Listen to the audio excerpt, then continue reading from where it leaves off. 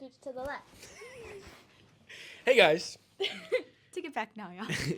it's Table 9 here with my lovely, lovely girlfriend, Avery, who Hello. I've mentioned before in multiple videos, but this is her first big appearance.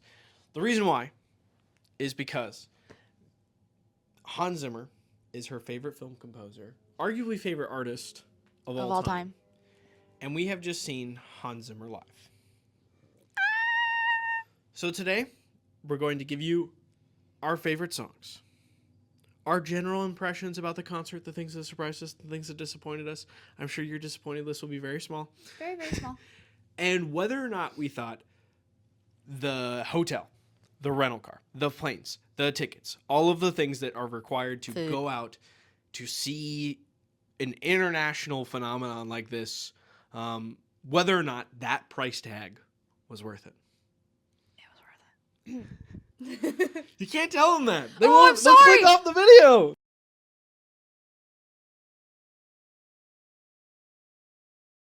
First off, what was your favorite song? Third favorite song.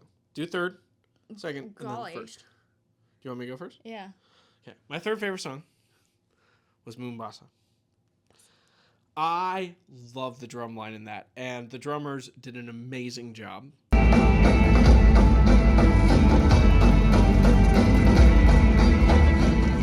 There's two of them, and They were women. They went back and forth, and it really set a great precedent for what the concert was going to be, which was an electric rock concert, which is not what I was expecting. I was expecting much more of like a symphony, like, oh, let's all sit in the recital hall. He wore an Attack on Titan shirt. He looked epic. So that was my third favorite song. What was your third favorite song? Well, okay, now that we're doing third favorite songs, I think I have to say, and I know that you're not going to agree, but it's okay, Pirates.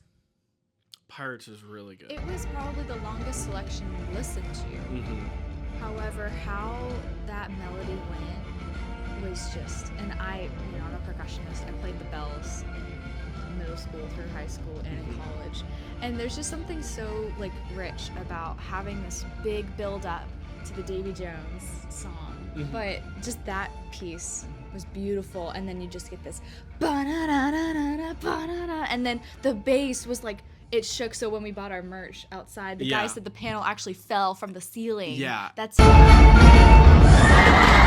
how loud it was. And that goes well to what I was saying of this is a rock concert. This is loud, bombastic. The entire stadium was shaking from the bass during that segment, to where it was all you could hear was just the bass echoing throughout the entire stadium. And it was an insane experience of where you literally felt the music. Yeah. Which is really, really incredible. So yeah. All right, you ready for number 2? Yeah, why not? Okay, so my number 2 is probably going to be Bond. So this was his first encore song after he finished with Circle of Life. He was like, all right, I'm going to see you guys later. And then, people were getting up and leaving, and then it was and I love the Bond movies, I love the Craig movies, and I love his job he did on No Time to Die. And it's on the t-shirt, so I was kind of disappointed that I was dude, we're not going to get to see No Time to Die. And I was kind of expecting that, because it's not something that people hail as one of his greater works. But it was a beautiful, beautiful arrangement where he goes from the classic Bond theme that's kind of more of the Goldfinger, and then he goes straight into the chase scene from No Time to Die, which I absolutely adore. And he goes into the Final Ascent, which has the dun dun dun dun dun dun dun dun dun dun dun dun.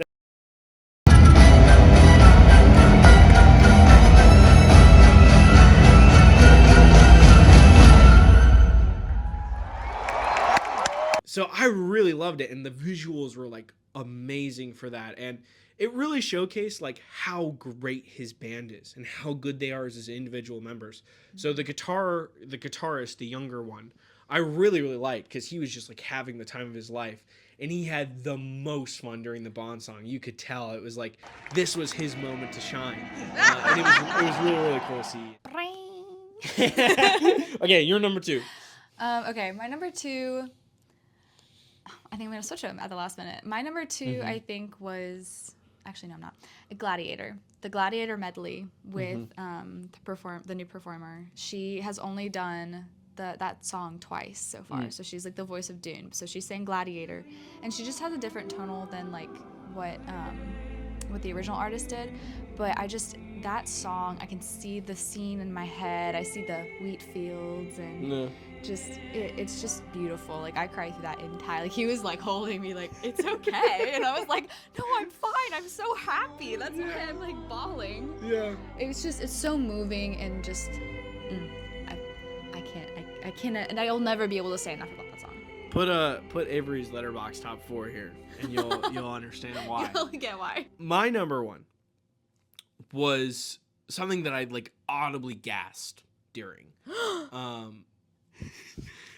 And it's weird to me because it was like so obvious it was going to get played. It's like one of his number 1 songs of all time. And that was The Dark Knight. And I think it was just because I was so awed by how incredible the visuals were with the song.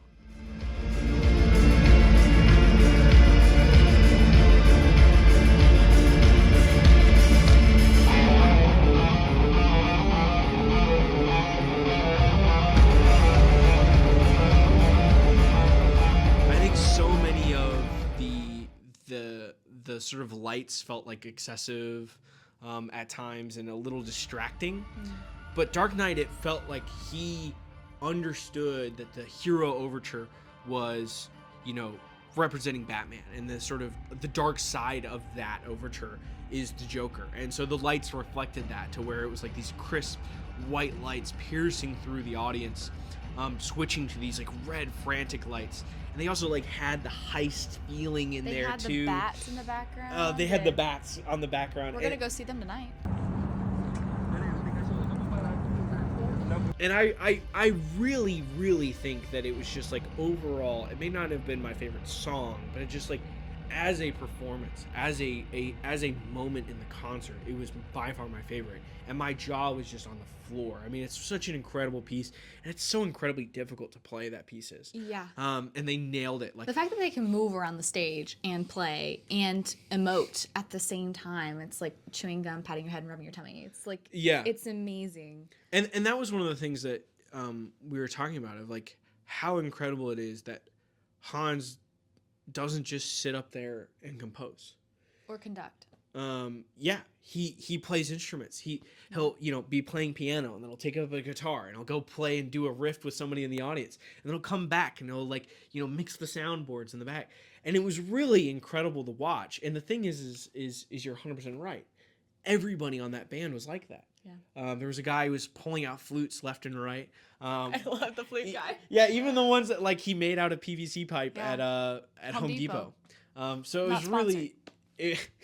That was so funny. That was their favorite. We're not sponsored by Home Depot. Even though they were like showing the clips of him like making it. It was really cool. It was just really, they were an incredible group, and it was an incredible group to watch. And I was extremely thankful that I got the opportunity to see it. But your number 1. Oh, my number 1. So he did the fake ending with After the Lion King, and I bought it. I really did. So I've seen his live in Prague online. I didn't get to go to Prague. That would be amazing, but that would be really cool. But I was watching that show, and he ends with Lion King. It's like his so then everybody was like, encore, encore, and he came back out, and I was so upset that he didn't do my favorite song. And I was like, this was a beautiful experience, but I was really sad at the same time. So it was like, it's fine. And then he comes back out and he starts playing Time from Inception. Yeah. And I was like shaking. I mean, this song has been like, when did that movie come out? Like 2012. Something like that, yeah. So, I mean, that song has not just gotten me through like life stuff. It's just like, that's the song I go to when I think of Hans. Yeah. That is like, and I know that he's probably overplayed it. He's probably sick of it. The whole band is probably sick of it. But just, it was so beautiful. Yeah. And how they timed the lights to each of the the notes, it was spectacular. So that was my favorite. And they played it with such like elegance and grace, and They give it space. so. Give you space. Sorry, wicked reference. It definitely did feel like that though. Where it was like he didn't shorten the chords, he let them play out. And the way that song kind of so beautifully ends. And they deconstruct it as it goes. So like towards the end, you have the people kind of like around him and the piano, and the violin is like the last two things that you hear. So it like slowly the circle of light shrinks, and as the people walk away, and then it's left with just him and the piano, and then the violinist steps in at the last note for that final. Yeah. And then it was done. Yeah. And the visuals were there too. Like Yeah. I loved. So they had the top spinning in the background, and it was slowly kind of unwavering as the song went on, which is really kind of, I thought, like a beautiful way to end the show. Yeah, like almost we have been in a kind of dream, and it's bringing us back to reality. Like with the top starting to shake. Yeah, that's a really, really That's good cool. point. Wait, I just put that together.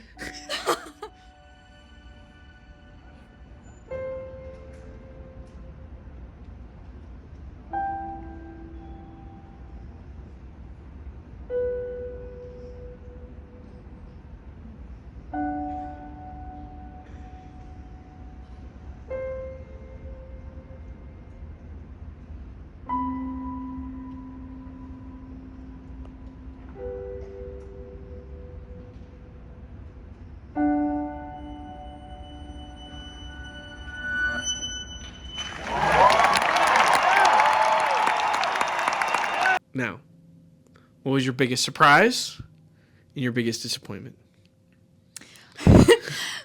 Okay, so these go hand in hand. I'm going to go start with my biggest disappointment. My biggest disappointment was the audience. Yes. They sucked. I Yeah. will say, though, the two people who sat in front of us were phenomenal. I really enjoyed speaking to them. They were fun. They were like our age. They were like, this is great. We like movies. But the amount of people who would just leave in the middle of a song, or they arrived 30 minutes late. Yeah. There was constantly people getting up and walking in and out. Yeah. Which in part might just be, you know, Them not knowing concert etiquette. or just like college kids who got discounts on tickets. So the audience was my biggest disappointment. There's a little montage. Yeah, there you go. You can see how many times people got up.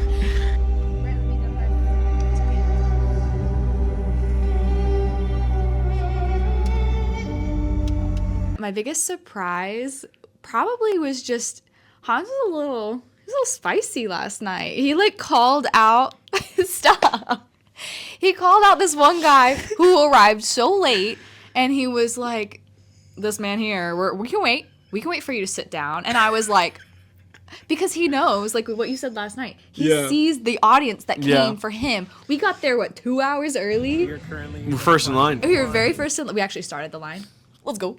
That was a terrible high five. There we go. Rip. But I just think that like he was like, I see you. I see this person who's annoying you. I'm annoyed with you. Yeah. And then with the fake ending, people got up and left. And I was like, you're not even going to wait for like whenever all the instrumentalists, they go up on stage, the musicians go up on stage and they bow. Like why would you not stay to applaud them and thank them for their time and their art? And so people are leaving. I'm like, bye, Felicia. Like, just leave already. And then he called out a guy who was walking away, and he's like, I guess you can't please everybody. Look at him. He's just run. Hans Zimmer, greatest person like in the music world, calls you out, and you keep walking. Yeah. No, bro. I would have ran back to my seat. It was weird because it was like there were so many people there who were so obviously had like traveled. Like we met a guy in line who had been from Mexico. Like people had traveled the world to see this, and like the fact that you have a couple, drunk college kids who like don't understand the gravity of like what they're seeing was like a little frustrating. Yeah, that was probably my biggest disappointment as well. Yeah. But to be different, I would say I was disappointed a little bit with the visuals. I would have liked some more references to know what movies they were from and stuff like that. Like we were confused on where a song was from The Rock, the guy behind us said. But it's like, I don't know. I think you can throw some visual cues out there and really... They did for Pirates. Gave you waves. They give you waves. But it was like that. It was like kind of cheap stock footage that you could tell was stock footage. And then there was this weird like eyeball thing.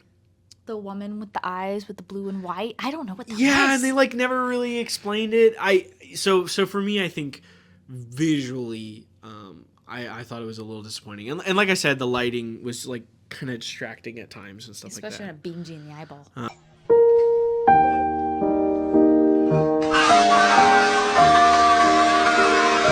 I already did my biggest surprise. It's your turn. What was your biggest surprise? Him being spicy. Oh, that's right. Calling out the dude who was leaving. I was like, bah. My biggest surprise was probably how much I enjoyed the Dark Phoenix song. That was awesome. He very much was like, he introduced it as like, sometimes things don't work out. Sometimes you make a movie that's crap. And I really liked that. I liked that he was honest about that. And it gave the song a really interesting perspective because you could understand, listening to just the song, where he was trying to go with that score and what he was trying to do with it. And it was incredibly impressive. And even though I don't like that song necessarily, and I definitely don't like that movie, it was really, really cool to have it be given the same space as something like Time or something like Bond or something like Dark Knight, and appreciate the music that's there sort of without the picture. So, the final question. Is it all worth it? Is it all worth it? I think both of us are at a yes. Yeah. 100%. It exceeded my expectations. I was blown away by how incredibly impressive and amazing and exhilarating the performance in the concert was.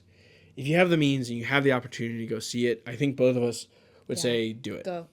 For sure. I think my only regret is not spending more money on the seats. Yeah. Which I think is crazy.